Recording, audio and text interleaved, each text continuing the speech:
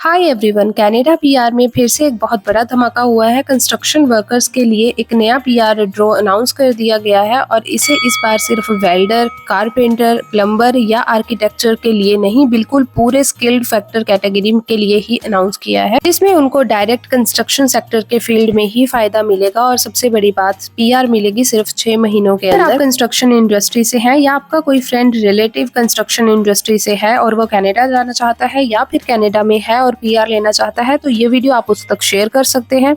अब बात करते हैं अपडेट के बारे में। तो दोस्तों, 2025 में आईआरसीसी ने category based express entry draws शुरू किए थे और अब 25 मई 2025 से कंस्ट्रक्शन वर्कर्स के लिए एक एक्सक्लूसिव ड्रॉ निकाला जा रहा है। ड्रॉ का पर्पस है स्किल्ड ट्रेडर्स को प्रायोरिटी देना, क्योंकि कनाडा में हाउसिंग प्रोजेक्ट्स तेजी से बढ़ रहे हैं, लेकिन स्किल्ड की मैन पावर की बहुत ज्यादा कमी है। कनाडा के ऑफिशियल प्राइम मिनिस्टर ने ये अनाउंस किया है कि बाय 2027 तक उन्होंने 5 लाख घर और न्यू बिल्ड करने हैं।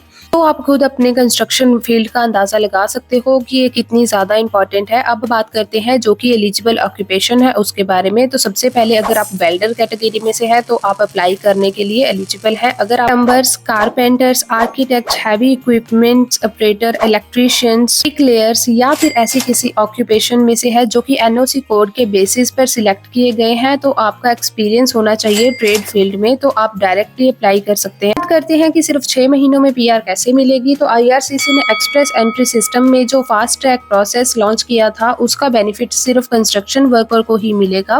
का प्रोफाइल जैसे ही ड्रॉ में सिलेक्ट होता है, आपको आईटीए यानी कि इनविटेशन टू अप्लाई मिलता है और उसके बाद सिर्फ 6 महीने के अंदर ही पीआर प्रोसेस कंप्लीट हो जाता है as per official IRCC timeline. इसका सीधा मतलब ये है कि अगर आज आप प्रोफाइल बना लेते हो तो 25 मई के बाद जो ड्रॉ आता है और सितंबर 2025 के लिए आप कनाडा के पीआर होल्डर बन सकते हैं। करते हैं आपके एलिजिबिलिटी क्राइटेरिया की। तो आपकी एज 18 to 45 ईयर्स होनी चाहिए, आप फिजिकली फिट होने चाहिए। वर्क एक्सपीरियंस की बात कर लेते हैं। वर्क एक्सपीरियंस आपको होना चाहिए एटलीस्ट 1 ईयर का, जो कि फुल टाइम एक्सपीरियंस होना चाहिए और आपकी अकाउंट में सैलरी आती होनी चाहिए।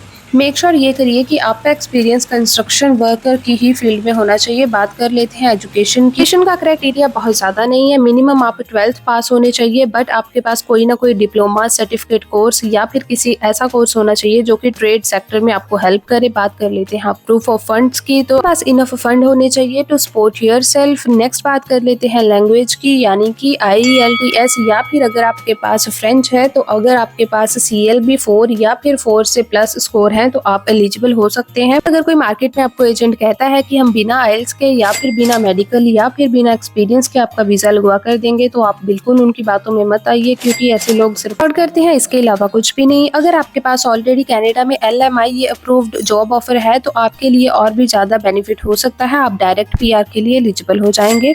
इस चैनल का मतलब है कि आप लोगों के साथ सही एंड जेन्युइन रियल जानकारी आप लोगों के साथ शेयर करना। ये पीआर ड्रॉ कंपटीशन बेस्ड है, मतलब जितना हाई आपका CRS स्कोर होगा उतने ज्यादा चांसेस होंगे। अगर आप ऊपर दी गई एलिजिबिलिटीज को मीट करते हैं या फिर आपके पास कोई भी जॉब ऑफर लेटर नहीं है, तो आपको एक्सप्रेस एंट्री के ड्रॉज को क्रिएट करने के लिए करना पड़ सकता है। जो लोग मिडिल ईस्ट या इंडिया में कंस्ट्रक्शन जॉब में काम कर रहे हैं, उनके लिए गोल्डन चांस है। बस दिक्कत ये है, लोग बिल्कुल भी अवेयर नहीं है, इसलिए गलतियां कर बैठते हैं। तो अब क्या करना है, अगर आप एलिजिबल हो तो आज ही अपना एक्सप्रेस एंट्री के लिए प्रोफाइल बनाइए।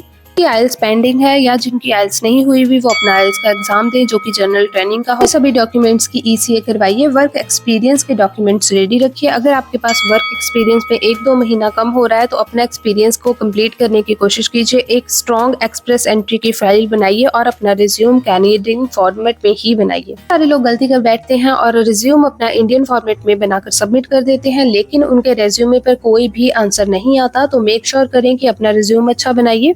अगर आपको इस किसी भी प्रोसेस में मेरी हेल्प की जरूरत है तो आप मुझे नीचे कमेंट सेक्शन में पूछ सकते हैं। उम्मीद करती हूँ वीडियो आपको हेल्पफुल लगी होगी। ऐसे ही वीडियोस देखने के लिए मेरे चैनल के साथ आप जुड़ सकते हैं। मेरे साथ जुड़ने के लिए सब्सक्राइब कीजिए चैनल को और इस वीडियो को लाइक जरूर कर देना। Thank you so much for watching.